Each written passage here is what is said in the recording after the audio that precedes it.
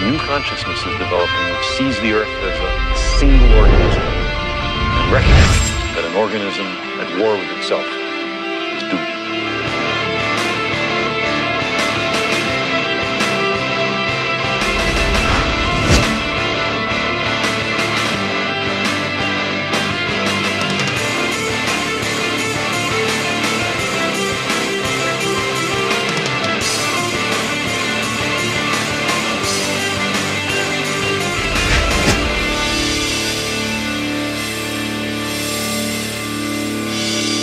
We are one planet.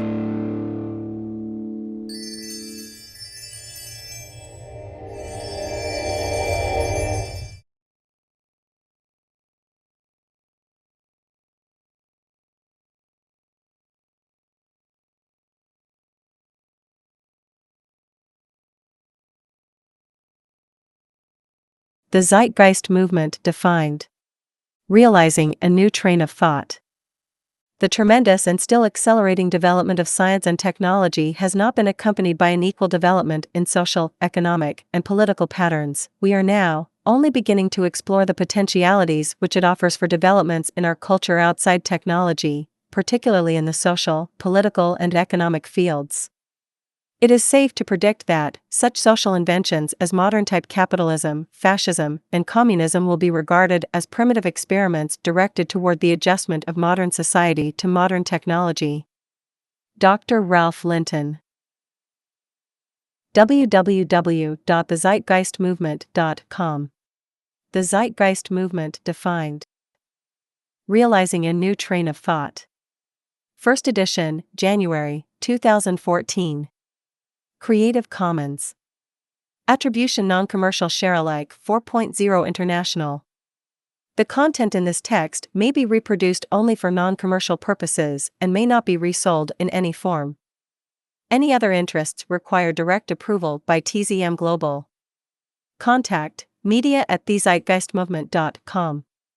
This is a 100% non-profit text. Any price paid is only for the physical publishing. Any exploitation of this work for profit will not be tolerated. Acknowledgements. The material authored here is the product of many forms of contribution, specifically the research of the Zeitgeist movement's expanding lecture team. An enormous thanks extends to all who have contributed news, sources, tips, and other forms of research. If you would like to help in translating this text, please contact TZM's linguistics team, linguisticteam@gmail.com. Preface. The outcome of any serious research can only be to make two questions grow where only one grew before. Thorstein Veblen. Origin of the name. The Zeitgeist movement, TZM, is the identifier for the social movement described in the following essays. The name has no relevant historical reference to anything culturally specific and is not to be confused or associated with anything else known before with a similar title. Rather, the title is based upon the semantic meaning of the very terms, explicitly. The term Zeitgeist is defined as the general intellectual, moral, and cultural climate of an era. The term movement simply implies motion or change. Therefore, the Zeitgeist movement is an organization that urges change in the dominant intellectual, moral, and cultural climate of the time. Document structure. The following text has been prepared to be as concise and yet comprehensive as possible. In form, it is a series of essays ordered by subject in a manner that works to support a broader context. While each essay is designed to be taken on its own merit and evaluation, the true context resides in how each issue works to support a larger train of thought with respect to the most efficient organization of human society. It will be noticed by those who read through these essays in a linear fashion that a fair amount of overlap exists with certain ideas or subjects. This is deliberate as such repetition and emphasis is considered helpful given how foreign some of the concepts might seem to those with no prior exposure to such material. Also, since only so much detail can be afforded to maintain comprehension given the gravity of each subject and how they interrelate, great effort has been made to source relevant third-party research throughout each essay via footnotes, allowing the reader to follow through with further study as the interest arises. The organism of knowledge. As with any form of presented research, we are dealing with serially generated data composites. Observation, its assessment, documentation and integration with other knowledge, existing or pending, is the manner by which all distinguishable ideas come to evolve. This continuum is important to understand with respect to the way we think about what we believe and why, for information is always separate in its merit from the person or institution communicating or representing. Information can only be evaluated correctly through a systematic process of comparison to other physically verifiable evidence as to its proof or lack thereof. Likewise, this continuum also implies that there can be no empirical origin of ideas. From an epistemological perspective, knowledge is mostly culminated, processed and expanded through communication amongst our species. The individual, with his or her inherently different life experience and propensities, serves as a custom processing filter by which a given idea can be morphed. Collectively, we individuals comprise what could be called a group mind, which is the larger order social processor by which the efforts of individuals ideally coalesce. The traditional method of data transfer through literature, sharing books from generation to generation, has been a notable path of this group mind interaction, for example. Isaac Newton perhaps put this reality best with the statement, "If I have seen further than others, it is by standing upon the shoulders of giants." This is brought up here in order to focus the reader on the critical consideration of data, not a supposed source, as there actually is no such thing in an empirical sense. It is only in the temporal, traditional patterns of culture, such as with literary credits in a textbook for future research reference, is such a recognition technically relevant. There is no statement more erroneous than the declaration that this is my idea. Such notions are byproducts of a material culture that has been reinforced in seeking physical rewards, usually via money, in exchange for the illusion of their proprietary creations.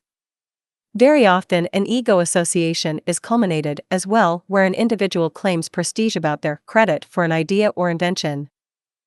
Yet, that is not to exclude gratitude and respect for those figures or institutions that have shown dedication and perseverance towards the expansion of knowledge itself, nor to diminish the necessity of importance of those who have achieved a skilled, specialized expert status in a particular field.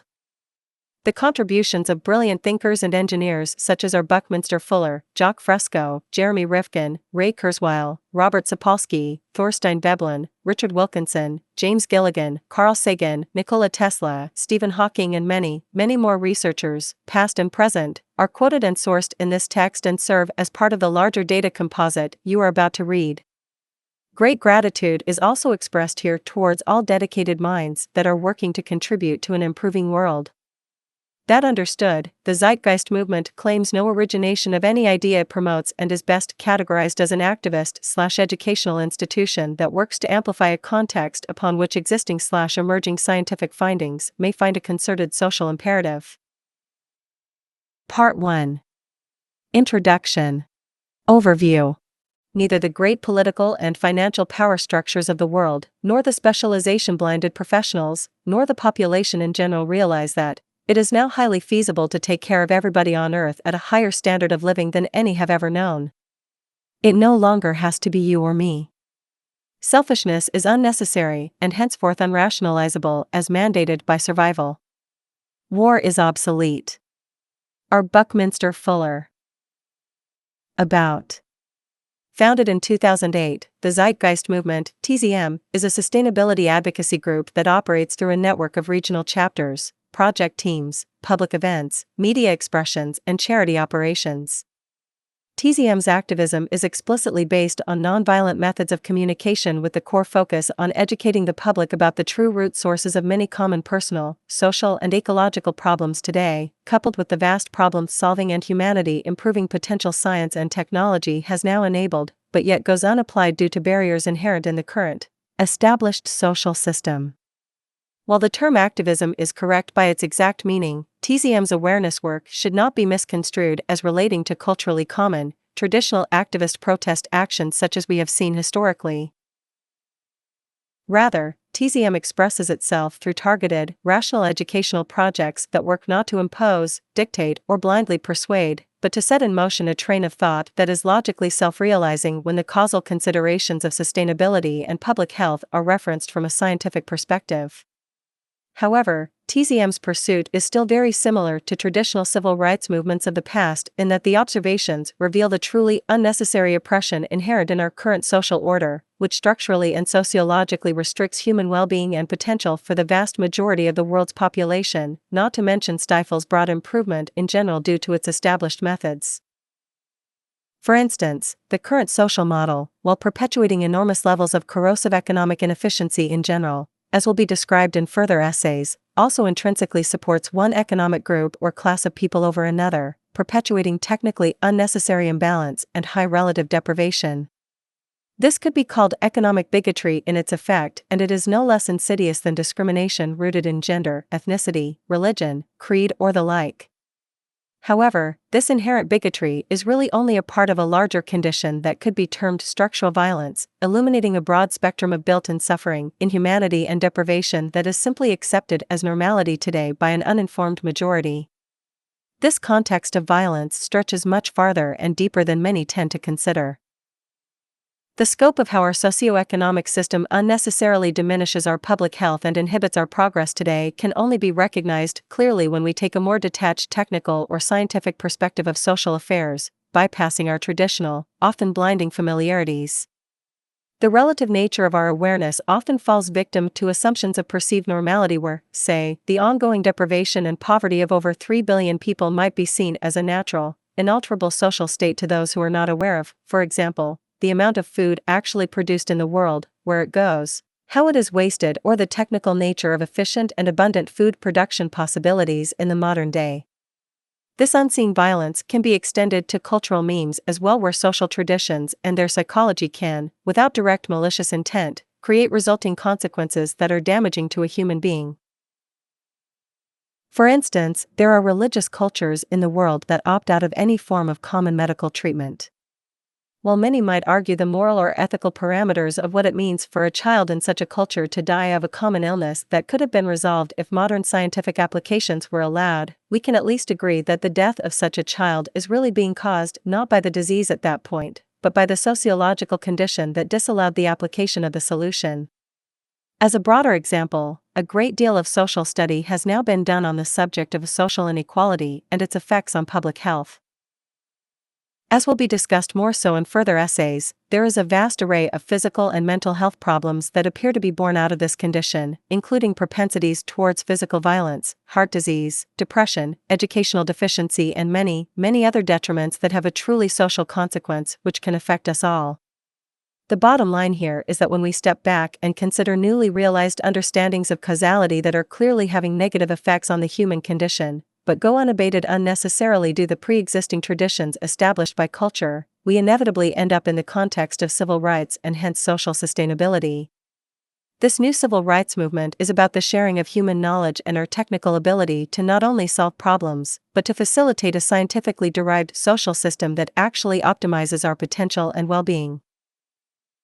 Anything less will create unnecessary imbalance and social destabilization and constitute what could be considered a hidden form of oppression.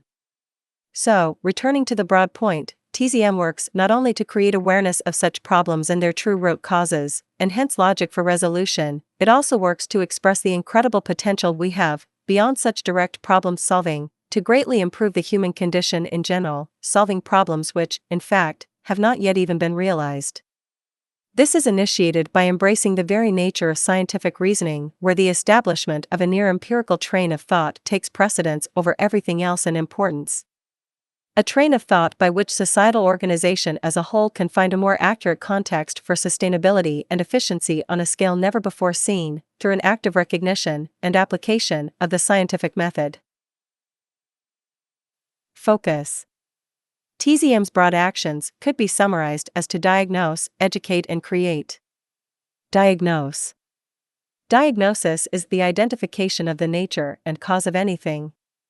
To properly diagnose the causal condition of the vast social and ecological problems common to modern culture is not merely to complain about them or criticize the actions of people or particular institutions, as is frequent today. A true diagnosis must seek up the lowest causal denominator possible and work at that level for resolution.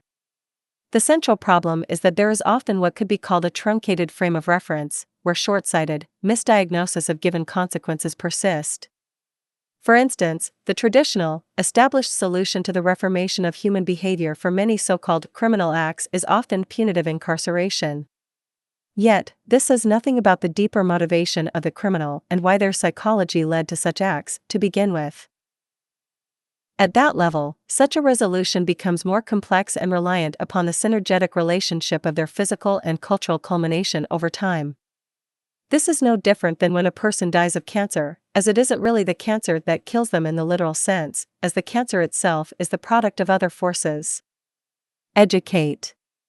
As an educational movement that operates under the assumption that knowledge is the most powerful tool we have to create lasting, relevant social change in the global community, there is hence nothing more critical than the quality of one's personal education and their ability to communicate such ideas effectively and constructively to others.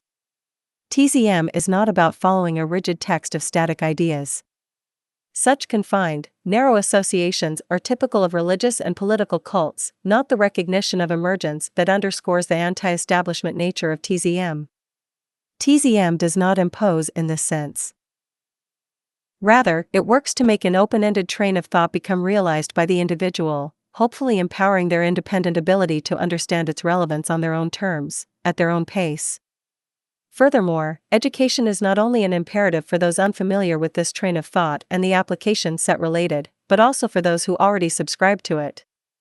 Just as there is no utopia, there is no final state of understanding. Create. While certainly related to the need to adjust human values through education so the world's people understand the need for such social changes, TZM also works to consider how a new social system, based on optimum economic efficiency, would appear and operate in detail, given our current state of technical ability.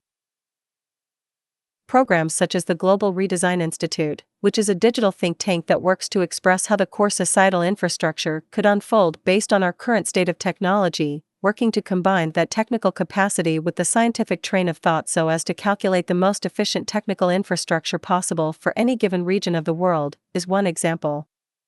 It is worth briefly noting that TZM's advocated governance approach, which has little semblance to the current manner of governance known today or historically, originates out of a multidisciplinary bridging of various proven methods for maximized optimization, unified through a counterbalancing systems approach that is designed to be as adaptive as possible to new, emerging improvements over time. As will be discussed at length, the only possible reference that could be considered most complete at any given time is one that takes into account the largest interacting observations, system, tangibly relevant. This is the nature of the cause and effect synergy that underscores the technical basis for a truly sustainable economy. Natural law/resource-based economy. Today, various terms exist to express the general logical basis for a more scientifically oriented social system in different circles, including the titles resource-based economy or natural law economy. While these titles are historically referential and somewhat arbitrary overall, the title natural law/resource-based economy, NLRBE, will be utilized here since it has the most concrete semantic basis. A natural law/resource-based economy is defined as an adaptive socio-economic system actively derived from direct physical reference to the governing scientific laws of nature. Overall, the observation is that through the use of socially targeted research and tested understandings in science and technology, we are now able to logically arrive at societal approaches which could be profoundly more effective in meeting the needs of the human population. We are now able to dramatically increase public health, better preserve the habitat, create a general material abundance, while also strategically reduce or eliminate many common social problems present today which are sadly considered inalterable by many due to their cultural persistence. Train of thought. Many figures or groups have worked to create temporally advanced technological applications, working to apply current possibilities to this train of thought in order to enable new efficiencies in problem solving, such as Jacques Fresco's city systems or Buckminster Fuller's Dymaction House.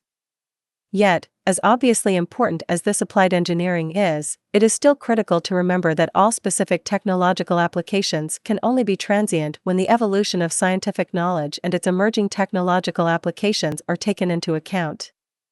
In other words, all current applications of technology tend to become obsolete over time. Therefore, what is left can only be a train of thought with respect to the underlying causal scientific principles.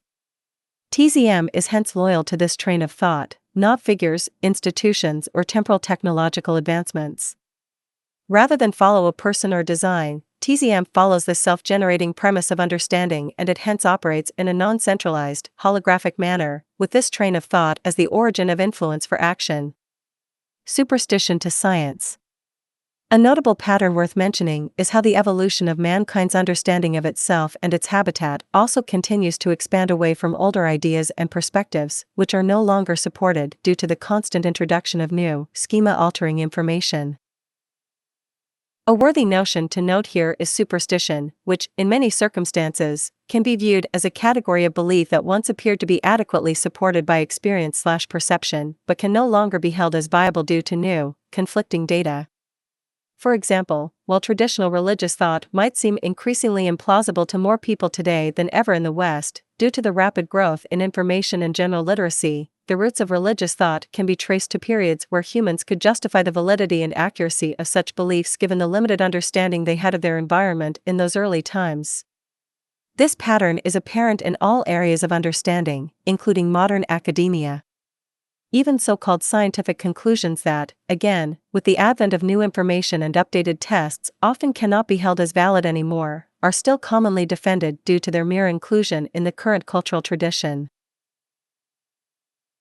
Such established institutions, as they could be called, often wish to maintain permanence due to reasons of ego, power, market income, or general psychological comfort. This problem is, in many ways, at the core of our social paralysis. So, it is important to recognize this pattern of transition and realize how critical being vulnerable really is when it comes to belief systems, not to mention coming to terms with the rather dangerous phenomenon of established institutions which are culturally programmed and reinforced to seek self-preservation rather than evolve and change. Tradition to emergence. The perceptual clash between our cultural traditions and our ever-growing database of emergent knowledge is at the core of what defines the zeitgeist as we know it, and a long-term review of history shows a slow grind out of superstitious cultural traditions and assumptions of reality as they heed to our newly realized benchmark of emergent, scientific causality. This is what TZM represents in its broadest philosophical context, a movement of the cultural zeitgeist itself into new, verifiable and more optimized understandings and applications. Hence, while society certainly has witnessed vast and accelerating changes in different areas of awareness and practice, such as with our vast material technology today, it appears our social system is still long behind.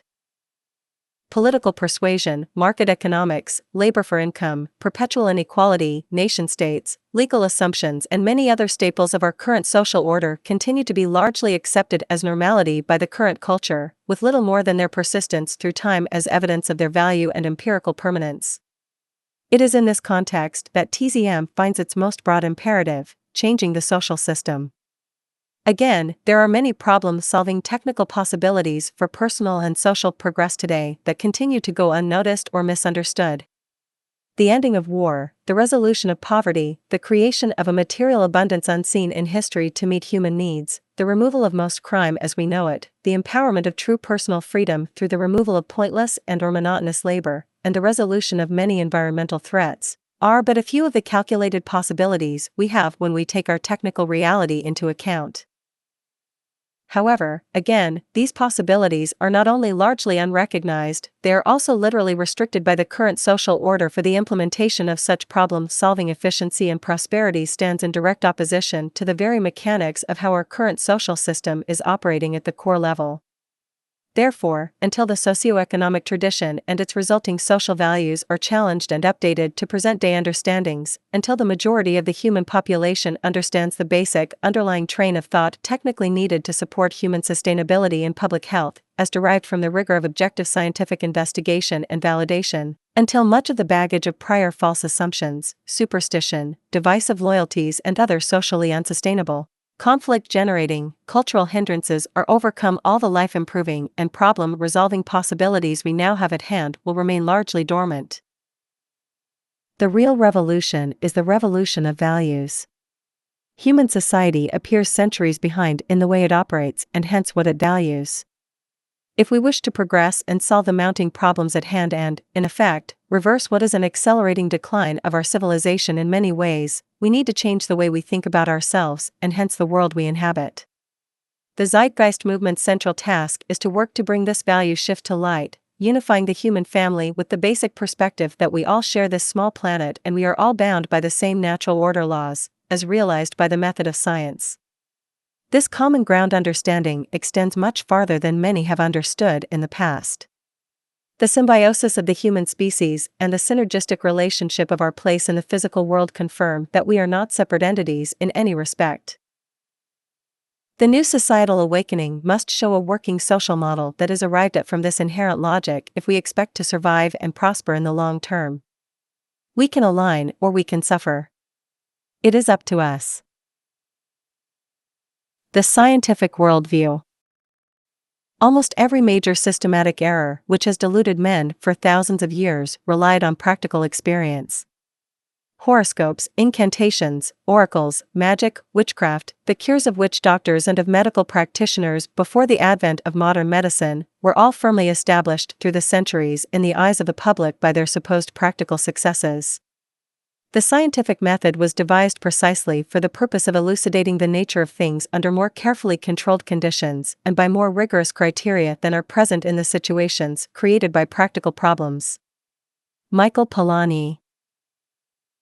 Generally speaking, the evolution of human understanding can be seen as a move from surface observations, processed by our limited five physical senses, intuitively filtered through the educational framework and value characteristics of that period of time, to the technique of objective measuring and self-advancing methods of analysis which work to arrive at, or calculate, conclusions through testing and retesting proofs, seeking validation through the benchmark of scientific causality. A causality that appears to comprise the physical characteristics of what we call nature itself. The natural laws of our world exist whether we choose to recognize them or not. These inherent rules of our universe were around long before human beings evolved a comprehension to recognize them, and while we can debate as to exactly how accurate our interpretation of these laws really is at this stage of our intellectual evolution, there is enough reinforcing evidence to show that we are, indeed, bound by static forces that have an inherent, measurable, determining logic. The vast developments and predictive integrity found in mathematics, physics, biology and other scientific disciplines proves that we as a species are slowly understanding the processes of nature and our growing, inventive capacity to emulate, accentuate or repress such natural processes confirms our progress in understanding it. The world around us today, overflowing with material technology and life-altering inventions, is a testament as to the integrity of the scientific process and what it is capable of. Unlike historical traditions, where a certain stasis exists with what people believe, as is still common in religious-type dogma today, this recognition of natural law includes characteristics which deeply challenge the assumed stability of beliefs which many hold sacred. As will be expanded upon later in this essay in the context of emergence, the fact is, there simply cannot exist a singular or static intellectual conclusion with respect to our perception and knowledge except, paradoxically, with regard to that very underlying pattern of uncertainty regarding such change and adaptation itself. This is part of what could be called a scientific worldview. It is one thing to isolate the techniques of scientific evaluation for select interests, such as the logic we might use in assessing and testing the structural integrity of a house design we might build, and another when the universal integrity of such physically rooted, causal reasoning and validation methods are applied to all aspects of our lives. Albert Einstein once said, "The further the spiritual evolution of mankind advances, the more certain it seems to me that the path to genuine religiosity does not lie through the fear of life, and the fear of death, and blind faith, but through striving after rational knowledge." While cynics of science often work to reduce its integrity to yet another form of religious faith, demean its accuracy as cold or without spirituality, or even highlight consequences of applied technology for the worst, such as with the creation of the atomic bomb, which, in actuality, is an indication of a distortion of human values rather than engineering, there is no ignoring the incredible power this approach to understanding and harnessing reality has afforded the human race. No other ideology can come close in matching the predictive and utilitarian benefits this method of reasoning has provided. However, that is not to say active cultural denial of this relevance is not still widespread in the world today. For example, when it comes to theistic belief, there is often a divisive tendency that wishes to elevate the human being above such mere mechanics of the physical reality.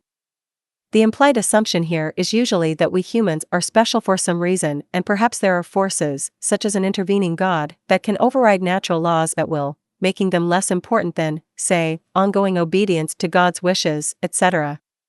Sadly, there still exists a great human conceit in the culture which assumes, with no verifiable evidence, that humans are separate from all other phenomena, and to consider ourselves connected or even a product of natural, scientific forces is to demean human life. Concurrently, there is also a tendency for what some call metamagical thinking, which could be considered a schizotypal kind of personality disorder where fantasy and mild delusion helps reinforce false assumptions of causality on the world, never harnessing the full rigor of the scientific method. Science requires testing and replication of a result for it to be validated, and many beliefs of seemingly normal people today exist far outside this requirement. Apart from traditional religions, the cultural concept of New Age is also commonly associated with this type of superstitious thought. While it is extremely important that we as a society are aware of the uncertainty of our conclusions in general and hence must keep a creative, vulnerable state of mind to all postulations, the validation of those postulations can only come through measurable consistency, not wishful thinking or esoteric fascination. Such unvalidated ideas and assumptions pose a frame of reference that is often secured by faith, not reason, and it is difficult to argue the merit of faith with anyone since the rules of faith inherently refuse argument itself. This is part of the quandary within which human society exists today. Do we simply believe what we have been traditionally taught by our culture, or do we question and test those beliefs against the physical reality around us to see if they hold true? Science is clearly concerned with the latter and holds nothing sacred, always ready to correct prior false conclusions when new information arises. To take such an inherently uncertain, yet still extremely viable and productive approach to one's day-to-day view of the world requires a very different sensitivity, one that embodies vulnerability, not certainty. In the words of Professor Frank L. H. Wolfs, Department of Physics and Astronomy, University of Rochester, New York, it is often said in science that theories can never be proved, only disproved. There is always the possibility that a new observation or a new experiment will conflict with a long-standing theory. Emergence. So, at the heart of the scientific method is skepticism and vulnerability. Science is interested in the closest approximation to the truth it can find, and if there is anything science recognizes explicitly, it is that virtually everything we know will be revised over time as new information arises. Likewise, what might seem far-fetched, impossible or even superstitious upon its first culmination might very well prove to be a useful, viable understanding in the future once validated for integrity. The implication of this constitutes an emergence of thought, or even an emergence of truth, if you will. A cursory examination of history shows an ever-changing range of behaviors and practices based upon ever-updating knowledge, and this humbling recognition is critical for human progress. Symbiosis. A second point deeply characteristic of the scientific worldview worth bringing up in this regard has to do with the symbiotic nature of things, as we know them. Largely dismissed as common sense today by many, this understanding holds profound revelations for the way we think about our world, our beliefs, our conduct, and ourselves. The term symbiotic is typically used in the context of interdependent relationships between biological species. However, our context of the word is broader, relating to the interdependent relationship of everything. While early, intuitive views of natural phenomena might have looked upon, say, the manifestation of a tree as an independent entity, seemingly self-contained in its illusion of separation, the truth of the matter is that a tree's life is entirely dependent on seemingly external input forces for its very culmination and existence. The water, sunlight, nutrients, and other needed interactive external attributes to facilitate the development of a tree is an example of a symbiotic or synergetic relationship. However, the scope of this symbiosis has become much more revealing than we have ever known in the past, and it appears the more we learn about the dynamics of our universe, the more immutable its interdependence. The best concept to embody this notion is that of a system. The term tree is really a reference to a perceived system. The root, trunk, branches, leaves, and other such attributes of that tree could be called subsystems. Yet, the tree itself is also a subsystem, it could be said, of, perhaps, a forest, which itself is a subsystem of other larger, encompassing phenomena such as an ecosystem. Such distinctions might seem trivial to many, but the fact is, a great failure in human awareness has been not to fully respect the scope of the Earth system and how each subsystem plays a relevant role. The term categorical systems could even be used here to describe all systems, seemingly small or large, because such language distinctions are ultimately arbitrary. These perceived systems and the words used to reference them are simply human conveniences for communication. The fact is, there appears to be only one possible system, as organized by natural law, which can be legitimately referenced, since all the systems we perceive and categorize today can only be subsystems. We simply cannot find a truly closed system anywhere. Even the Earth system, which intuitively appears autonomous, with the Earth floating about the void of space, is entirely reliant on the Sun, the Moon, and likely many, many other symbiotic/synergistic factors we have yet to even understand for its defining characteristics. In other words, when we consider the interactions that link these perceived categorical systems together, we find a connection of everything, and, on a societal level, this system interaction understanding is at the foundation of likely the most viable perspective for true human sustainability. The human being, like a tree or the Earth, again intuitively appears self-contained. Yet, without, for example, oxygen to breathe, one will not survive. This means the human system requires interaction with an atmospheric system and hence a system of oxygen production, and since the process of photosynthesis accounts for the majority of the atmospheric oxygen we breathe, it is to our advantage to be aware of what affects this particular system and work to harmonize our social practices with it. When we witness, say, pollution of the oceans or the rapid deforestation of Earth, we often forget how important such phenomena really are to the integrity of the human system. In fact, there are so many examples of environmental disturbances perpetuated by our species today due to a truncated awareness of this symbiotic cause and effect that links all known categorical systems. Volumes could be dedicated to the crisis. At any rate, the failure to recognize this connectedness is a fundamental problem, and once this principle of interacting systems is fully understood, many of our most common practices today will likely appear grossly ignorant and dangerous in future hindsight. Sustainable beliefs. This brings us to the level of thought and understanding itself. As noted prior, the very language system we use isolates and organizes elements of our world for general comprehension. Language itself is a system based upon categorical distinctions, which we associate to our perceived reality. However, as needed as such a mode of identification and organization is to the human mind, it also inherently implies false division. Given that foundation, it is easy to speculate as to how we have grown so accustomed to thinking and acting in inherently divisive ways and why the history of human society has been a history of imbalance and conflict. It is on this level that such physical systems we have discussed come into relevance with belief and thought systems. While the notion of sustainability might be typically associated with technical processes, ecotheory, and engineering today, we often forget that our values and beliefs precede all such technical applications. Therefore, we need our cultural orientation to be sustainable to begin with, and that awareness can only come from a valid recognition of the laws of nature to which we are bound. Can we measure the integrity of a belief system? Yes. We can measure it by how well its principles align with scientific causality, based upon the feedback resulting. If we were to compare outcomes of differing belief systems seeking a common end, how well those perspectives accomplish this end can be measured, and hence these systems can then be qualified and ranked against each other as to their merit or lack thereof. As will be explored in detail later in this work, the central belief system comparison here is between the market economy and the aforementioned natural law/resource-based economy.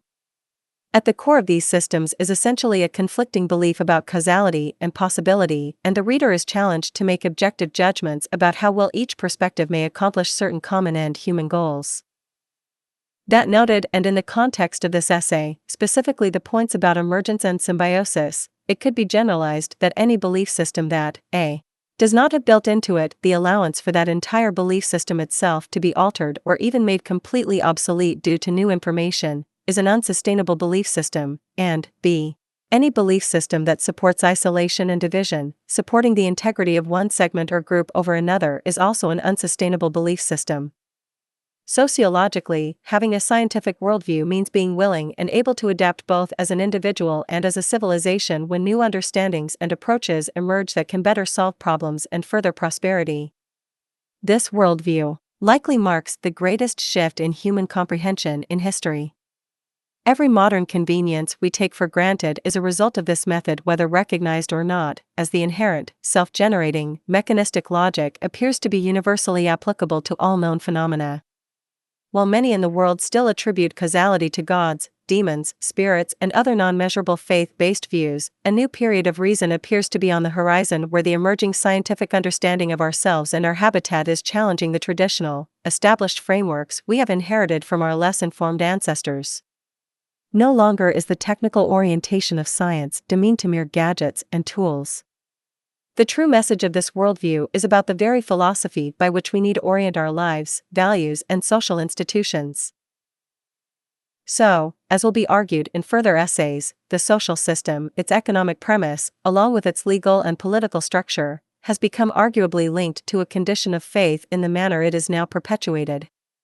The market and monetary-driven system of economy, for example, is argued to be based on little more than a set of now outdated, increasingly inefficient assumptions, no different than how early humans falsely assumed the world was flat, demons caused sickness, or that the constellations in the sky were fixed, static, two-dimensional, tapestry-like constructs.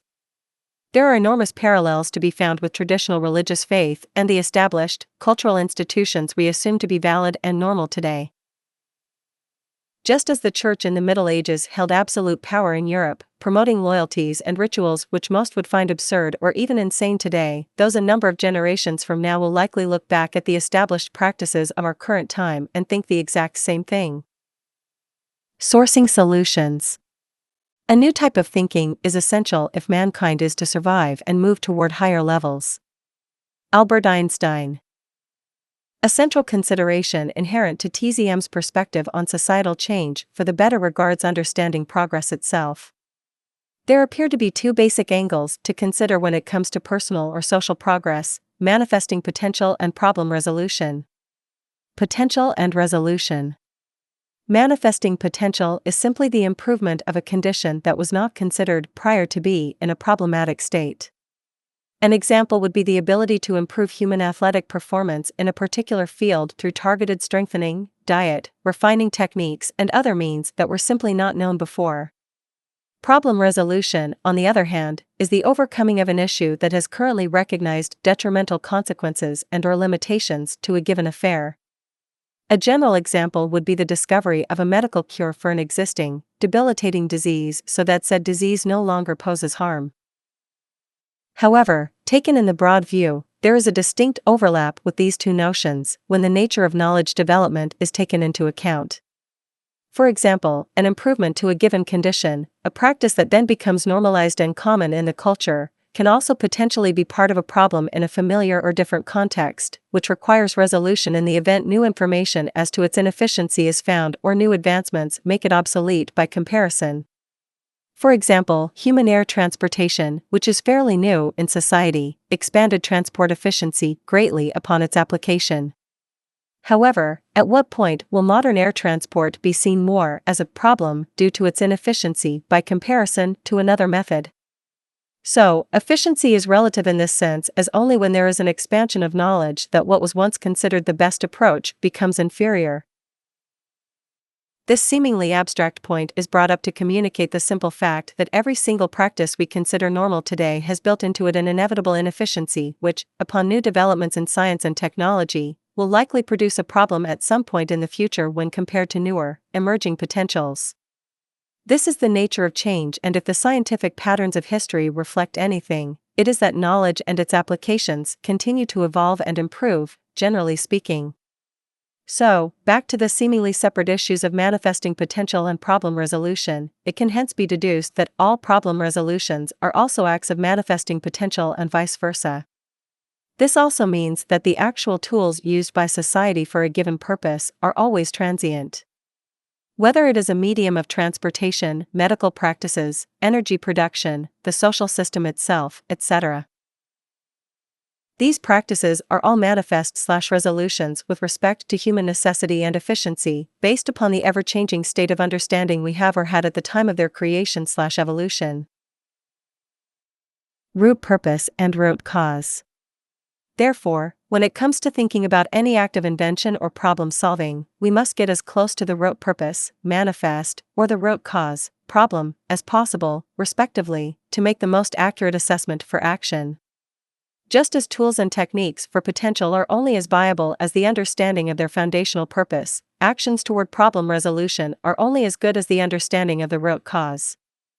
This might seem obvious, but this awareness is often missing in many areas of thought in the world today, especially when it comes to society. Rather than pursuing such a focus, most social decisions are based around traditional customs that have inherent limits. A simple example of this is the current method of human incarceration for so-called criminal behavior. For many, the solution to offensive forms of human behavior is to simply remove the individual from society and punish them. This is based on a series of assumptions that stretch back millennia. Yet, the science behind human behavior has changed tremendously with respect to understanding causality. It is now common knowledge in the social sciences that most acts of crime would likely not occur if certain basic, supportive environmental conditions were set for the human being. Putting people in prisons is not actually resolving anything with respect to the causal problem. It is more of a mere patch, if you will, which only temporarily stifles some effects of the larger problem. Another example, while seemingly different than the prior but equally as technical, is the manner by which most think about solutions to common domestic problems, such as traffic accidents. What is the solution to a situation where a driver makes a mistake and haphazardly changes lanes, only to impact the vehicle next to it, causing an accident? Should there be a huge wall between them? Should there be better training? Should the person simply have his or her driver's license revoked so they cannot drive again? It is here, again, where the notion of root cause is often lost in the narrow frames of reference commonly understood by culture. The root cause of the accident can only partially be the question of integrity of the driver, with the more important issue being the lack of integrity of the technology and infrastructure being used. Why? Because, in part, human fallibility is historically acknowledged and immutable. So, just as early vehicles did not have driver and/or passenger side airbags common today, which now reduce a large number of injuries that existed in the past, the same logic should be applied to the system of vehicle interaction itself, taking into account new technical possibilities for increased safety, to compensate for inevitable human error. Just as the airbag was developed years ago as the evolution of knowledge unfolded, today there is technology that enables automated, driverless vehicles which can not only detect every necessary element of the street needed to operate with accuracy, the vehicles themselves can detect each other, making collision almost impossible.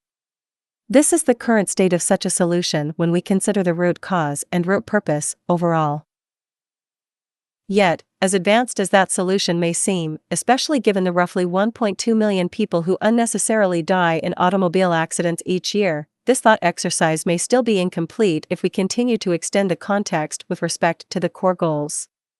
Perhaps there are other inefficiencies that relate to the transport infrastructure and beyond that need to be taken into account and overcome. Perhaps, for example, the use of individual automobiles, regardless of their safety, has other inherent problems that can only be logically resolved by the removal of the automobile application itself. Perhaps in a city, with an expanding mobile population, such independent vehicle transport becomes unnecessarily cumbersome, slow, and generally inefficient.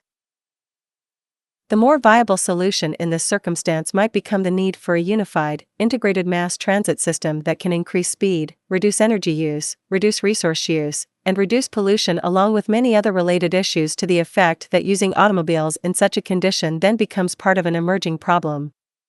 If the goal of a society is to do the correct and hence sustainable thing, reducing threats to humans and the habitat, ever-increasing efficiency, a dynamic, self-generating logic unfolds with respect to our technical possibility in design approaches. Our technical reality. Of course, the application of this type of problem solving is far from limited to such physical examples. Is politics as we know it the best means to address our social woes? Does it address root causes by its very design? Is money and the market system the most optimized method for sustainable progress, problem resolution, and the manifesting of economic potential? What does our modern state of science and technology have to contribute in the realm of understanding cause and purpose on the societal level? As further essays will denote in great detail, these understandings create a natural, clear train of thought with respect to how much better our world could be if we simply follow the logic created via the scientific method of thought to fulfill our common goal of human sustainability. The 1 billion people starving on this planet are not doing so because of some immutable natural consequence of our physical reality. There is plenty of food to go around. It is the social system, which has its own outdated, contrived logic, that perpetuates this social atrocity, along with countless others. It is important to point out that TZM is not concerned with promoting patches as its ultimate goal, which, sad to say, is what the vast majority of activist institutions on the planet are currently doing. We want to promote the largest order, highest efficiency set of solutions available at a given time, aligned with natural processes, to improve the lives of all, while securing the integrity of our habitat. We want everyone to understand this train of thought clearly and develop a value identification with it. In the end, there is no single solution, only the near-empirical natural law reasoning that arrives at solutions and purpose. Logic versus psychology. We do not act rightly because we have virtue or excellence, but we rather have those because we have acted rightly. Aristotle. A powerful yet often overlooked consequence of our environmental vulnerability to adapt to the existing culture is that our very identity and personality is often linked to the institutions, practices, trends, and hence values we are born into and exist in. This psychological adaptation and inevitable familiarity creates a comfort zone which, over time, can be painful to disrupt, regardless of how well reasoned the data standing to the contrary of what we believe may be. In fact, the vast majority of objections currently found against the Zeitgeist movement, specifically points made with respect to solutions and hence change, appear to be driven by narrow frames of reference and emotional bias more than intellectual assessment. Common reactions of this kind are often singular propositions that, rather than critically addressing the actual premises articulated by an argument, serve to dismiss them outright via haphazard associations. The most common classification of such arguments are projections, and it becomes clear very often that such opponents are actually more concerned with defending their psychological identity rather than objectively considering a new perspective. Mind lock. In a classic work by authors Cohen and Nagel titled An Introduction to Logic and the Scientific Method, this point is well made with respect to the process of logical evaluation and its independence from human psychology. The weight of evidence is not itself a temporal event, but a relation of implication between certain classes or types of propositions. Of course, thought is necessary to apprehend such implications, however, that does not make physics a branch of psychology. The realization that logic cannot be restricted to psychological phenomenon will help us to discriminate between our science and rhetoric, conceiving the latter as the art of persuasion or of arguing so as to produce the feeling of certainty. Our emotional dispositions make it very difficult for us to accept certain propositions, no matter how strong the evidence in their favor. And since all proof depends upon the acceptance of certain propositions as true, no proposition can be proved to be true to one who is sufficiently determined not to believe it. The term mind lock has been coined by some philosophers with respect to this phenomenon, defined as the condition where one's perspective becomes self-referring, in a closed loop of reasoning.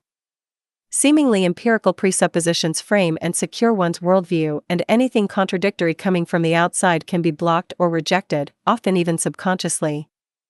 This reaction could be likened to the common physical reflex to protect oneself from a foreign object moving towards your person, only in this circumstance the reflex is to defend one's beliefs, not body. While such phrases as thinking outside the box might be common rhetoric today in the activist community, seldom are the foundations of our way of thinking and the integrity of our most established institutions challenged. They are, more often than not, considered to be givens and assumed inalterable. For example, in the so-called democracies of the world, a president, or the equivalent, is a common point of focus with respect to the quality of a country's governance. A large amount of attention is spent towards such a figure, his perspectives and actions. Yet, seldom does one step back and ask, why do we have a president to begin with? How is her power as an institutional figure justified as an optimized manner of social governance? Is it not a contradiction of terms to claim a democratic society when the public has virtually no real say with respect to the actions of the president once he or she is elected? Such questions are seldom considered, as people tend, again, to adapt to their culture without objection, assuming it is just the way it is. Such static orientations are almost universally a result of cultural tradition and, as Cohen and Nagel point out, it is very difficult to communicate a new, challenging idea to those who are sufficiently determined not to believe it. Such traditional presuppositions, held as empirical, are likely a root source of personal and social retardation in the world today. This phenomenon, coupled with an educational system that constantly reinforces such established notions through its institutions of academia, further seals this cultural inhibition and compounds the hindrance to relevant change. While the scope of this tendency is wide with respect to debate, there are two common argumentative fallacies worth noting here as they constantly come up with respect to the application set and train of thought promoted by TZM. Put in colorful terms, these tactics comprise what could be called a value war, which is waged, consciously or not, by those who have vested emotional/material interest in keeping things the same, opposing change. The prima facie fallacy. The first is the prima facie association. This simply means upon first appearance, before investigation. This is by far the most common type of objection. A classical case study is the common claim that the observations and solutions presented by TZM are simply rehashed Marxist communism. Let's briefly explore this as an example. Referencing the Communist Manifesto, Marx and Engels present various observations with respect to the evolution of society, specifically class war, inherent structural relationships regarding capital, along with a general logic as to how the social order will transition through revolution to a stateless, classless system, in part, while also noting a series of direct social changes, such as the centralization of the means of communication and transport in the hands of the state, equal liability of all to labor, and other specifics. Marx creates players in the schema he suggests like the ongoing battle between the bourgeoisie and proletarians, expressing contempt for the inherent exploitation, which he says is essentially rooted in the idea of private property. In the end, the accumulated goal in general is in seeking a stateless and classless society.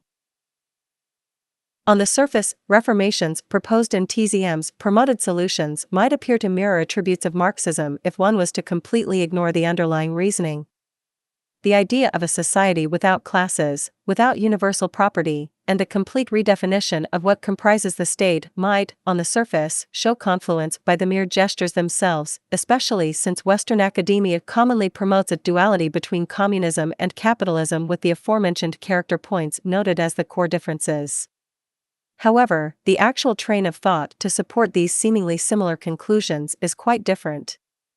TZM's advocated benchmark for decision-making is not a moral philosophy, which, when examined at its root, is essentially what Marxist philosophy was a manifestation of.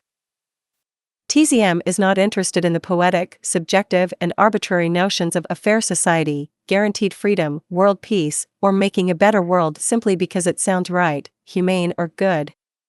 Without a technical framework that has a direct physical referent to such terms, such moral relativism serves little to no long-term purpose.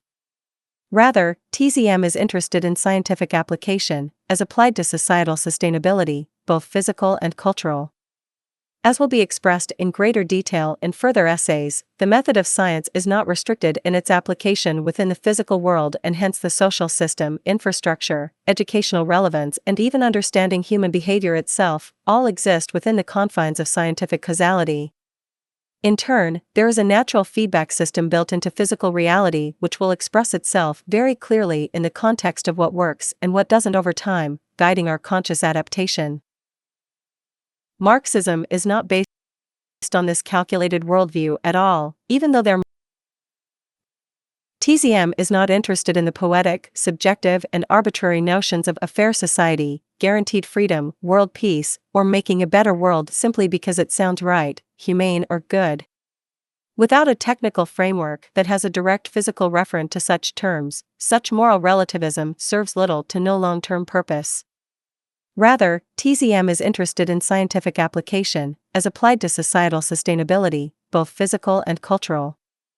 As will be expressed in greater detail in further essays, the method of science is not restricted in its application within the physical world, and hence the social system, infrastructure, educational relevance, and even understanding human behavior itself, all exist within the confines of scientific causality. In turn, there is a natural feedback system built into physical reality which will express itself very clearly in the context of what works and what doesn't over time, guiding our conscious adaptation. Marxism is not based on this calculated worldview at all, even though there might be some scientifically based characteristics inherent. For example, the Marxist notion of a classless society was to overcome the capitalist originating inhumanity imposed on the working class or proletariat. TZM's advocated train of thought, on the other hand, sources advancements in human studies.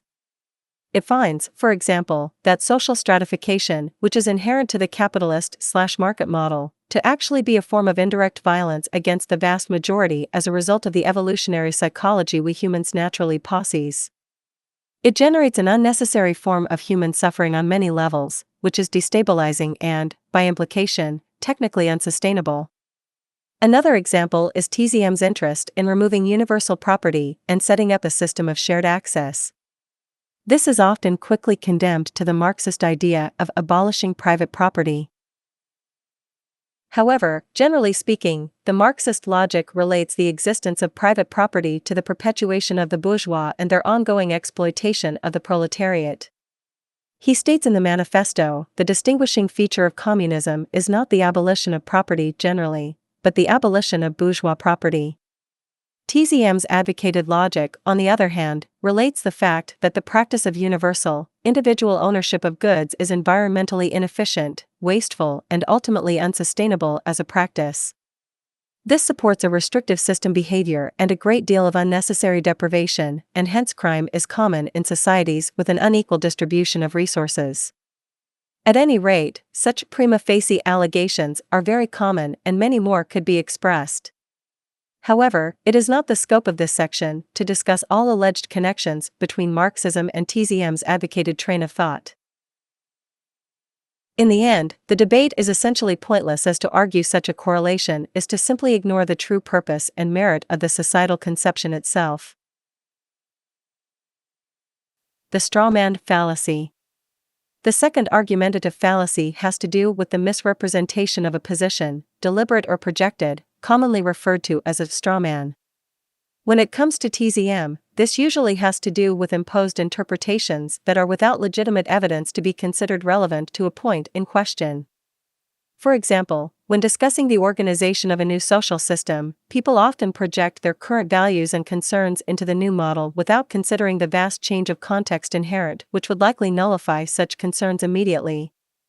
A common strawman projection in this context would be that in a society where material production were based upon technological application directly and not an exchange system requiring paid human labor, people would have no incentive to do anything, and therefore the model would fail as nothing would get done. This kind of argument is without testable validity with respect to the human sciences, and is really an intuitive assumption originating from the current cultural climate where the economic system coerces all humans into labor roles for survival, income/profit. This often occurs regardless of one's personal interest or social utility, often generating a psychological distortion with respect to motivation. In the words of Margaret Mead, if you look closely you will see that almost anything that really matters to us, anything that embodies our deepest commitment to the way human life should be lived and cared for, depends on some form of volunteerism. In a 1992 Gallup poll, more than 50% of American adults, 94 million Americans, volunteered time for social causes, at an average of 4.2 hours a week, for a total of 20.5 billion hours a year. It has also been found in studies that repetitive, mundane jobs lend themselves more to traditional rewards such as money, whereas money doesn't seem to motivate innovation and creativity. In later essays, the idea of mechanization/automation applied to mundane labor to free the human being will be discussed, expressing how the labor for income system is outdated and restrictive of not only industrial potential and efficiency, but also human potential and creativity overall. Another common, contextual example of a strawman is the claim that if the transition to a new social system was acted upon, the the property of others must be forcefully confiscated by a ruling power and violence would be the result. This, once again, is a value projection/fear imposed upon TZM's advocated logic without validation. TZM sees the materialization of a new socioeconomic model happening with the needed consensus of the population. Its very understanding, along with the biosocial pressures occurring as the current system worsens, is the basis of influence. The logic does not support a dictatorial disposition because that approach, apart from being inhumane, wouldn't work. In order for such a system to work, it needs to be accepted without active state coercion. Therefore, it is an issue of investigation, education, and broad personal acceptance in the community. In fact, the very specifics of social interaction and lifestyle actually demand a vast majority acceptance of the system's mechanics and values. Similarly, and final example here of the strawman, is the confusion about how a transition to a new system could happen at all. In fact, many tend to dismiss TZM's proposals on that basis alone, simply because they don't understand how it can happen. This argument, in principle, is the same reasoning as the example of a sick man who is seeking treatment for his illness, but does not know where he can get such treatment, when it would be available, or what the treatment is. Does his lack of knowing how and when stop his need to seek? No, not if he wants to be healthy. Given the dire state of affairs on this planet, humanity must also keep seeking, and a path will inevitably come clear. In the end, it is worth reiterating that the battle between logic and psychology is really a central conflict in the arena of societal change. There is no context more personal and sensitive than the way we organize our lives in society, and an important objective of TZM, in many ways, is to find techniques that can educate the public as to the merit of this logical train of thought, overcoming the baggage of outdated psychological comforts which serve no progressive, viable value role in the modern world. The case for human unity. My country is the world, and my religion is to do good. Thomas Paine. A critical conclusion present in the logic that defines TZM's intention is that human society needs to unify its economic operations and work to align with the natural dynamics of the physical world as a single species sharing one habitat if we intend to resolve existing problems, increase safety, increase efficiency, and further prosperity. The world economic divisions we see today are not only a clear source of conflict, destabilization, and exploitation, the very manner of conduct and interaction itself is also grossly inefficient in a pure economic sense, severely limiting our societal potential. While the nation-state, competition-based structure is easy to justify as a natural outgrowth of our cultural evolution given the resource scarcity inherent historically and the long history of warfare in general, it is also natural to consider that human society could very well find purpose in moving away from these modes of operation if we were to realize that it is truly to our advantage as a whole group. As will be argued here, the detriments and inefficiencies of the current model, when compared to the benefits and solutions possible, are simply unacceptable. The efficiency and abundance possibilities, extrapolated within TZM's intention to install a new socioeconomic system, rest, in part, on a concerted effort by the human population to work together and share resources intelligently, not restrict and fight as we do today. Moreover, the social pressures and risks now emerging today around technological warfare, pollution, environmental destabilization, and other problems not only express a deeply needed gravitation for true global organization, they show a rational necessity. The xenophobic and mafia-like mentality indigenous to the nation-state today, often in the form of patriotism, is a source of severe destabilization and inhumanity in general, not to mention, again, a substantial loss of technical efficiency. False divisions. As noted in prior essays, the core basis of our survival and quality of life as individuals and as a species on the Earth revolves around our understanding of natural law and how it relates to our method of economy. This premise is a simple referential understanding where the physical laws of nature are considered in the context of economic efficiency, both on the human and habitat levels. It is only logical that any species present in and reliant on the habitat in which it exists should conform all conduct to align with the natural orders inherent to that habitat, as best they can be understood at the time. Any other orientation is simply irrational and can only lead to problems. Understanding that Earth is a symbiotic/synergistic system with resources existing in all areas, coupled with the provably inherent underlying causal scientific order that exists, in many ways, as a logical guide for the human species to align with for the greatest societal efficacy, we find that our larger context as a global society transcends all notions of traditional/cultural division, including having no loyalty to a country, corporation, or even political tradition. If an economy is about increasing efficiency in meeting the needs of the human population while working to further sustainability and prosperity, then our economic operations must take this into account and align with the largest relevant system that we can understand. So again, from this perspective, the nation-state entities are clearly false, arbitrary divisions perpetuated by cultural tradition, not logical, technical efficiency. Values. The broad organization of society today is based on multi-level human competition. Nation-states compete against each other for economic/physical resources, corporate market entities compete for profit/market share, and average workers compete for wage-providing occupations/income and hence personal survival itself. Within this competitive ethic is a basic psychological propensity to disregard the well-being of others and the habitat. The very nature of competition is about having advantage over others for personal gain, and hence, needless to say, division and exploitation are common attributes of the current social order. Interestingly, virtually all so-called corruption which we may define as crime in the world today is based upon the very same mentality assumed to guide progress in the world through the competitive interest. It is no wonder, in fact, given this framework, that various other detrimental, superficial social divisions are still pervasive, such as race, religion, creed, class, or xenophobic bias. This divisive baggage from early, fear-oriented stages of our cultural evolution simply has no working basis in the physical reality and serves now only to hinder progress, safety, and sustainability.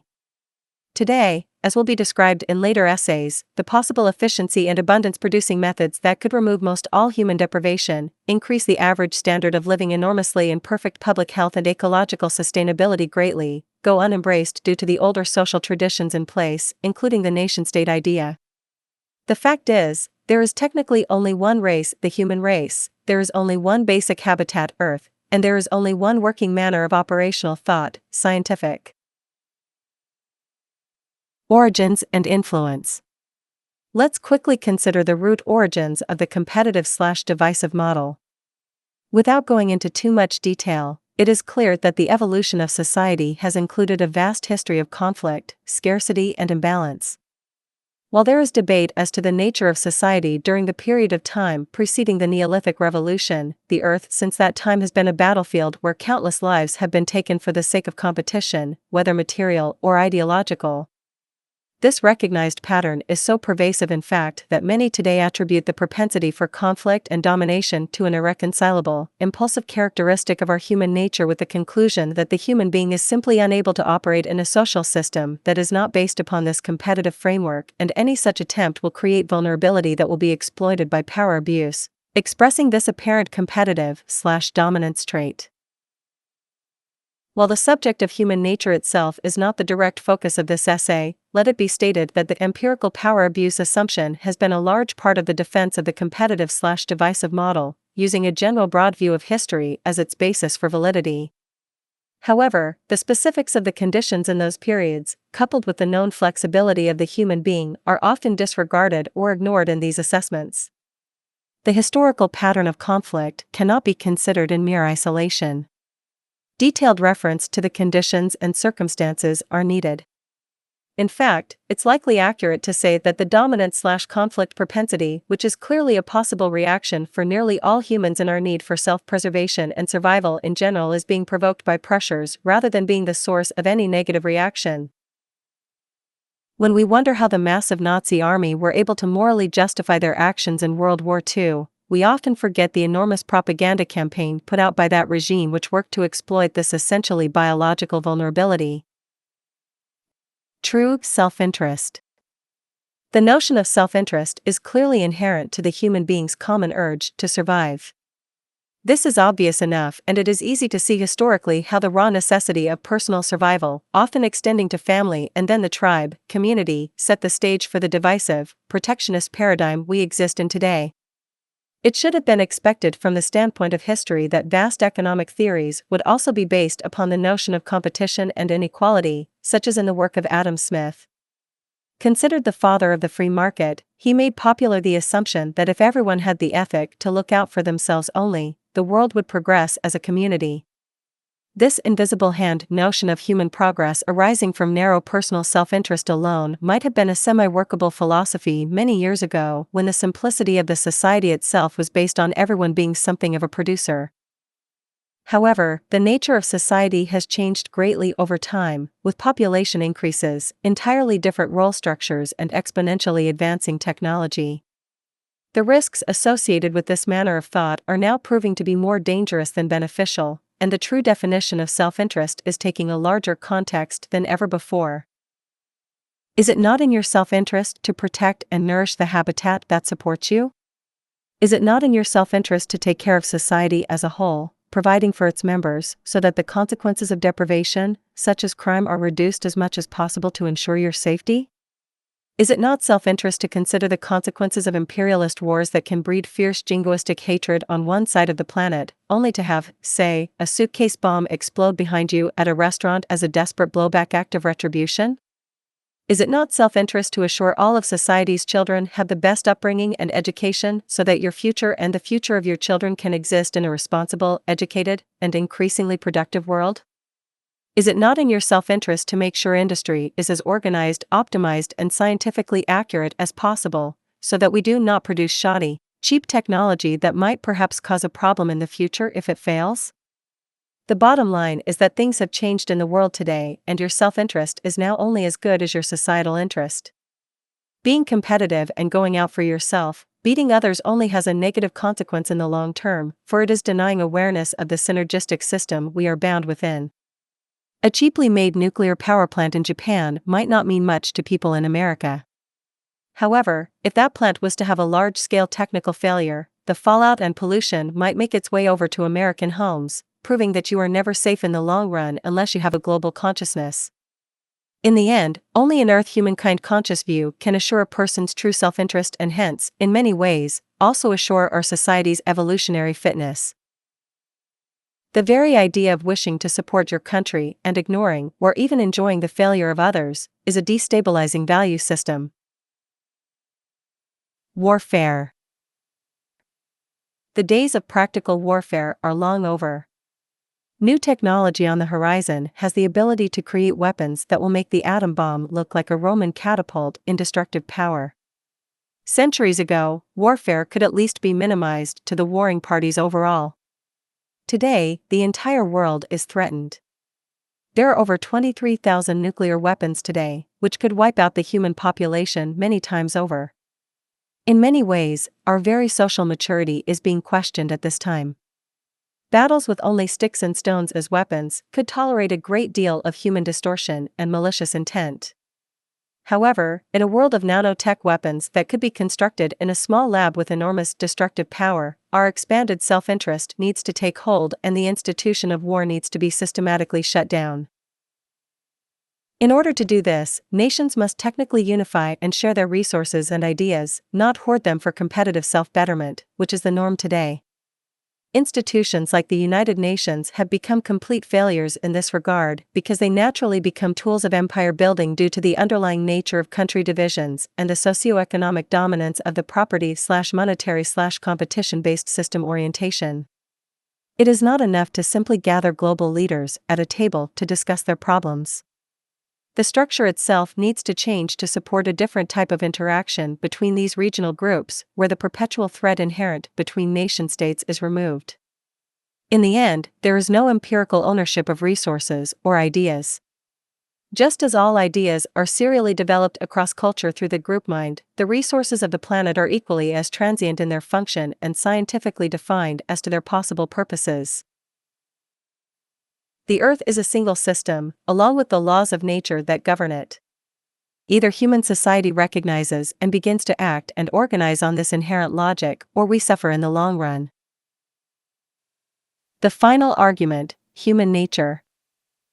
Man acquires at birth, through heredity, a biological constitution which we must consider fixed and unalterable, including the natural urges, which are characteristic of the human species. In addition, during his lifetime, he acquires a cultural constitution which he adopts from society through communication and through many other types of influences.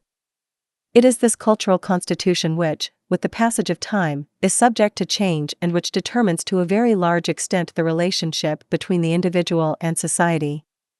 Albert Einstein. The only argument remaining. The train of thought and application set presented in TZM's materials are technical by nature, expressing the interest of applying the method and merit of scientific causality to the social system as a whole.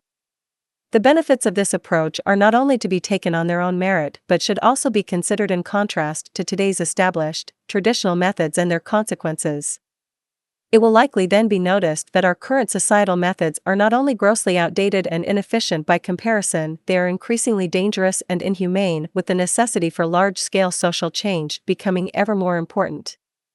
This isn't about utopia. It is about truly practical improvements. The overall basis of the market concept has to do fundamentally with assumptions related to human behavior, traditional values, and an intuitive view of history, not emergent reasoning, actual public health measures, technical capacity, or ecological responsibility. It is a non-technical, philosophical approach, which merely assumes that human decisions made through its internal logic and incentive system will produce a responsible, sustainable, and humane outcome, driven by the elusive notion of freedom of choice which, on the scale of societal functionality, appears tantamount to organizational anarchy. This is why the monetary market model of economics is often considered religious by nature in TZM materials, as the causal mechanism is really based on virtually superstitious assumptions of the human condition with little linkage to emerging scientific understandings about ourselves and the rigid symbiotic/synergistic relationship of our habitat and its governing natural laws. When presenting TZM's solution-oriented train of thought to those unfamiliar, it is usually just a matter of time before, at a minimum, the basic scientific premise is understood and accepted in abstraction. For example, the isolated technical reality that we have the resources and industrial methods to easily feed everyone on the planet Earth, so no one has to starve, rarely finds argument in and of itself. If you were to ask an average person today if they would like to see an end to the over 1 billion people currently in chronic starvation on the planet, they would most likely agree. However, it is when the logic runs its course and starts to depict the type of large-scale social and economic reformations needed to facilitate true system support for those 1+ billion people that many find contempt and objection. Apart from stubborn, temporal value associations, where people essentially refuse to change anything they have become used to in their lives, even if that change clearly supports a better outcome in the long term, there is one argument so common that it warrants a preliminary discussion in and of itself. That is the argument of human nature. This argument might also be said to be the only real objection left, if you think about it, outside again of the near arbitrary cultural lifestyle practices people are afraid to change due to their identity associations and conditioned comforts. Are humans compatible with a truly sustainable, scientific socioeconomic system, or are we doomed to the world we have now due to our genetics? Everything is technical. The case for a new social system based directly on a scientific view for understanding and maximizing sustainability and prosperity, technically, really cannot be contradicted by another approach, as bold as such a statement may seem. Why?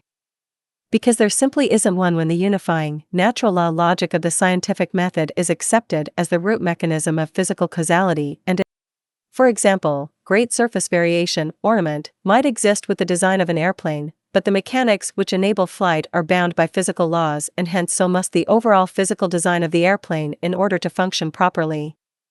Constructing such a machine to perform a job with the goal of optimized performance, safety and efficiency is not a matter of opinion, just as no matter how many ornaments we may place around our homes, the physical structure of the building must adhere to the rigid laws of physics and natural dynamics of the habitat for safety and endurance and hence can have little respective variation in a technical sense. The organization of human society can be no different if the intention is integrity and optimization. To think of the functional nature of a working society is to think about a mechanistic schematic, if you will. Just as we would design an airplane to work in the best way possible, technically, so should our approach be to the social system, which is equally as technical in its needed functionality.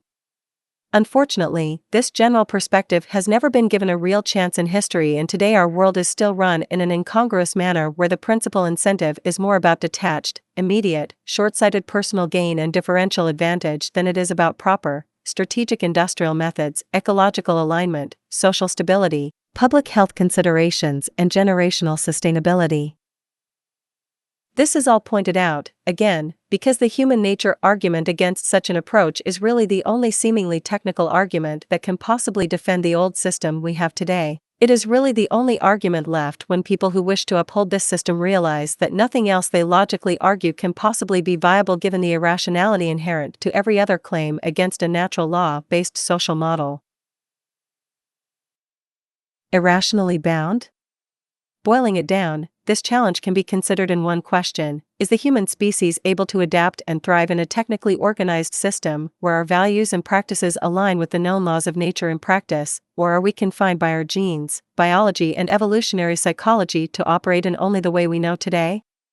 While many today argue the specifics of the nature versus nurture debate from blank slate behaviorism to genetic determinism, it has become clear, at a minimum, that our biology, our psychology, and our sociological condition are inexorably linked to the environment we inhabit, both from the standpoint of generational evolutionary adaptation, biological evolution, to short-term biases and values we absorb from our environment, cultural evolution.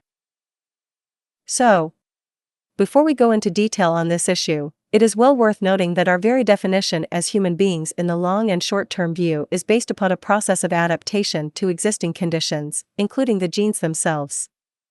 This is not to discount the per-case genetic relevance itself, but to highlight the process to which we are a part, for the gene-environment relationship can only be considered as an ongoing interaction, with the outcomes largely a result of the environmental conditions in the long and short term.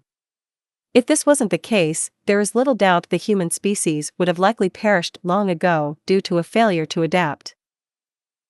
Moreover, while it is clear we humans still appear to maintain hardwired, predictable reactions for raw, personal survival, we have also proven the ability to evolve our behaviors through thought, awareness, and education, allowing us to, in fact, control/overcome those impulsive, primitive reactions, if the conditions for such are supported and reinforced. This is an extremely important distinction and is what separates the variants of human beings from their lesser evolved primate family, in many ways. A quick glance at the diversity in historical human conduct we see throughout time, contrasted with the relatively slow pace of larger structural changes of our brains and DNA over the past couple of thousand years, shows that our adaptive capacity, via thought/education, is enormous on the cultural level. It appears that we are capable of many possible behaviors and that a fixed human nature, as an unalterable, universal set of behavioral traits/reactions shared by all humans without exception, cannot be held as valid. Rather, there appears to be a spectrum of possible behaviors and predictable reactions, all more or less contingent upon the type of development, education, stimuli, and conditions we experience. The social imperative in this respect cannot be emphasized enough, for environmental influence is a massive factor that grooms not only our decision-making preferences in both the long and short term, but the overall environmental interaction with our biology in general also has powerful effects on personal well-being and hence broad public health in many specific ways.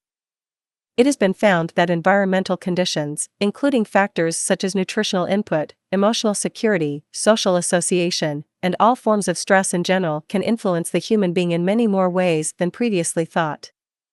This process begins in utero, through the sensitive postnatal and childhood planned learning adaptation periods, and carries on throughout life on all physiological and psychological levels.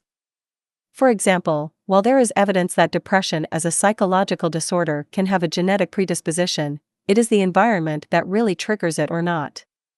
Again, this is not to downplay the influence of biology on our personalities, but to show the critical importance of understanding these realities and adapting our social system and macro influences to support the most positive outcome we can.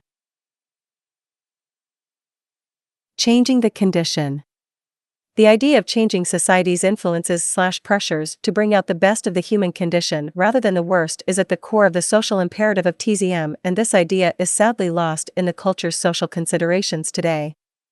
Enormous evidence exists to support how the influence of our environment is what essentially creates our values and biases, and while genetic and physiological influences can set propensities and accentuations for certain behaviors, the most active influence regarding our variability is the life experience and condition of the human being, hence the manner of interaction between the internal, physiological, and external, environmental. In the end, the most relevant issue is stress. Our genes, biology, and evolutionary psychology might have some hang-ups, but they are nothing compared to the environmental disorder we have created in our culture. The enormity of now unnecessary stress in the world today, debt, job insecurity, increasing health risks both mental and physiological, and many other issues have created a climate of unease that has been increasingly making people sick and upset. If we were faced with an option to adapt our society in a way that could provably better public health, increase social stability, generate abundance, and help sustainability, would we not just do it? To think human beings are simply incompatible with methods that can increase their standard of living and health is extremely unlikely. So, in conclusion to this section, let it be stated that the subject of human nature is one of the most complex issues there is when it comes to specifics. However, the broad and viable awareness with respect to basic public health improvement via reducing stress, increasing quality nutrition, and stabilizing society by working toward abundance and ease rather than strife and complexity, is not susceptible to much debate. We now have some refined truths about the human condition that give enough evidence to see that we are not only generating poor reactions and habits due to the influence of the current socioeconomic order, we are also greatly disrespecting the habitat as well, creating not only a lack of sustainability in an ecological sense, but, again, in a cultural sense as well. Once again, to think humans are simply incompatible with these resolutions, even if it means changing our world greatly, defies the long history of adaptation we have proven to be capable of.